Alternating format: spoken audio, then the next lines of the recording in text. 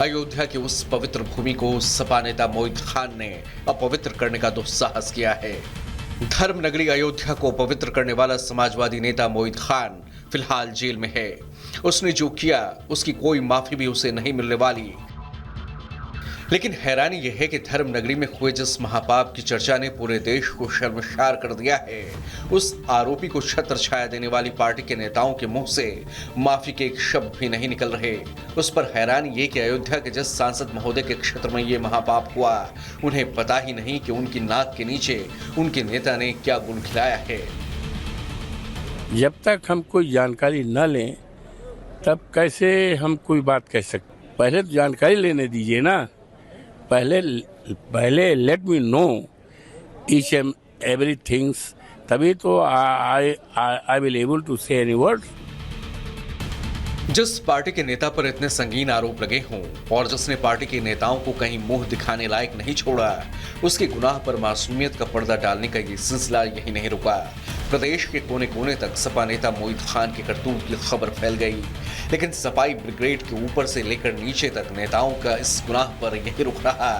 सभी मोहित खान के पाप से अनजान बने हैं। अयोध्या में हमारे सांसद है, मुख्यमंत्री कौन है, सरकार किसकी है, चल किसकी रही है, जिस विषय में मुझे जानकारी नहीं, बहुत एलाबरेट नहीं बोल पाऊंगा।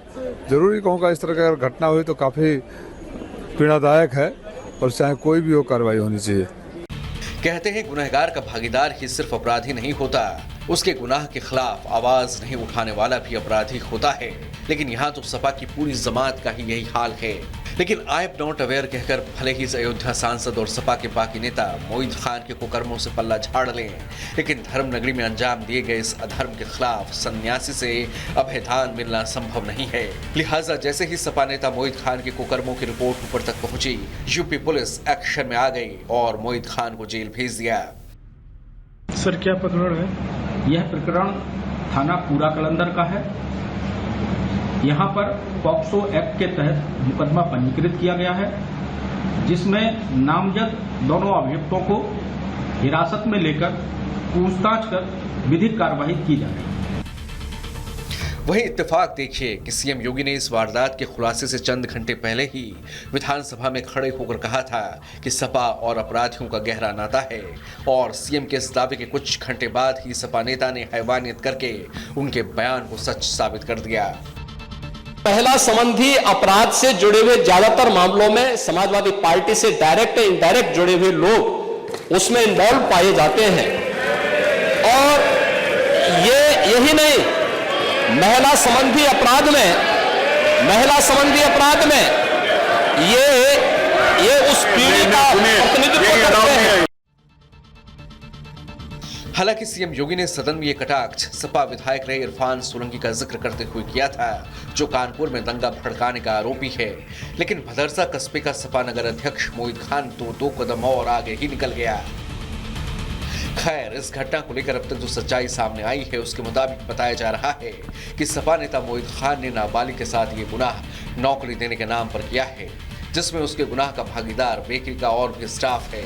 लेकिन इस मामले की जांच में अब तक जो सच्चाई सामने आई है उसमें यूपी पुलिस भी कम गुनाहगार नहीं दिख रही, क्योंकि बताया जा रहा है कि इस मामले में सपा नेता के खिलाफ 30 घंटे तक सिर्फ इसलिए एफआईआर नहीं लिखी गई क्योंकि पिछले 12 सालों से उसके घर में ही भदरसा पुलिस चौकी चल रही थी।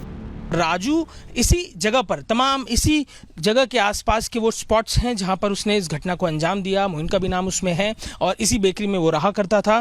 पुलिस जब उसे खोजती है तो वो लापता हो जाता है, भाग जाता है, और ये वो बेकरी है जहां पर पूरी घटना को अंजाम दिया गया था। समाजवादी पार्टी के नेता इस भदरसा जो जगह है इसके भी अध्यक्ष हैं, जो मुख्य इसमें आरोपी के तौर पर मोहिन रखे जा रहे हैं। और यहाँ पर आप देखेंगे कि ये वो स्पॉट है जहाँ पर बेकरी थी।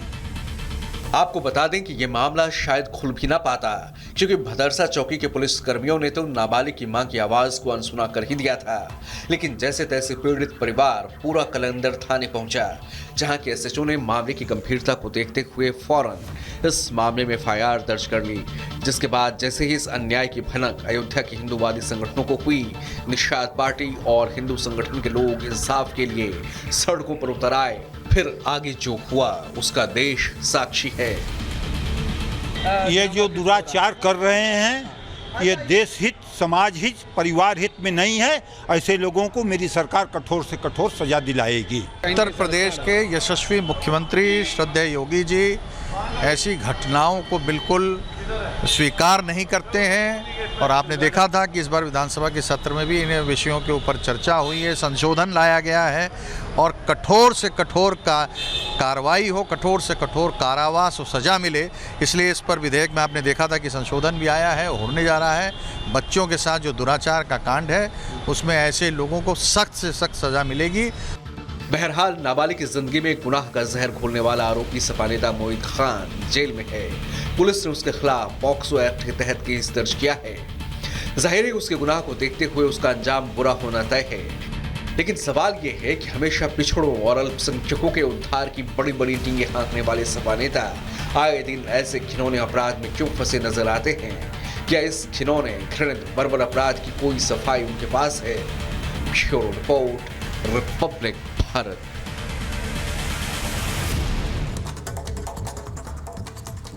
चलिए आगे बढ़ते हैं और अब बात कर लेते हैं पूजा खेडकर की। पूजा खेडकर को एक और बड़ा झटका लगा है। यूपीएससी ने पूजा खेडकर की नौकरी रद्द कर दी है। उसी के साथ ही अब पूजा खेडकर यूपीएससी की किसी भी परीक्षा में शामिल नहीं हो पाएंगी। आखिर यूपीएससी की तरफ से इतना बड़ा कदम क्यों उठाया गया है, रिपोर्ट के जरिए दिखाते हैं।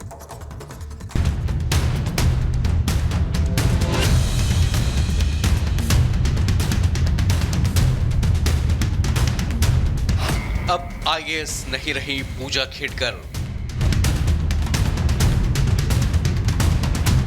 यूपीएससी से लगा पूजा को बड़ा झटका।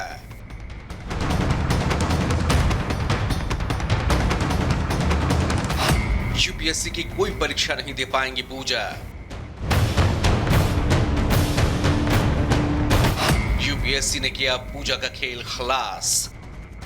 ट्रेनी आईएएस पूजा खेडकर अब अफसर नहीं रहेंगी। यूपीएससी ने पूजा को नियमों के उल्लंघन करने का दोषी मानते हुए उनका सिलेक्शन रद्द कर दिया है। साथ ही ये फैसला भी लिया है कि पूजा भविष्य में भी यूपीएससी के तहत आने वाली कोई भी परीक्षा नहीं दे पाएंगी।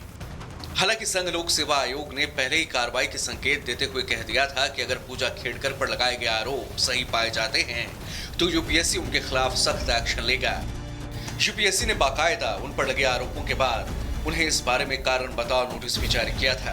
यूपीएससी ने उनसे नोटिस पर सवाल पूछा था कि क्यों न उनकी सिविल सेवा परीक्षा 2022 की उम्मीदवारी को रद्द कर दिया जाए, लेकिन जानकारी के मुताबिक यूपीएससी के किसी सवाल का जवाब पूजा ने नहीं दिया।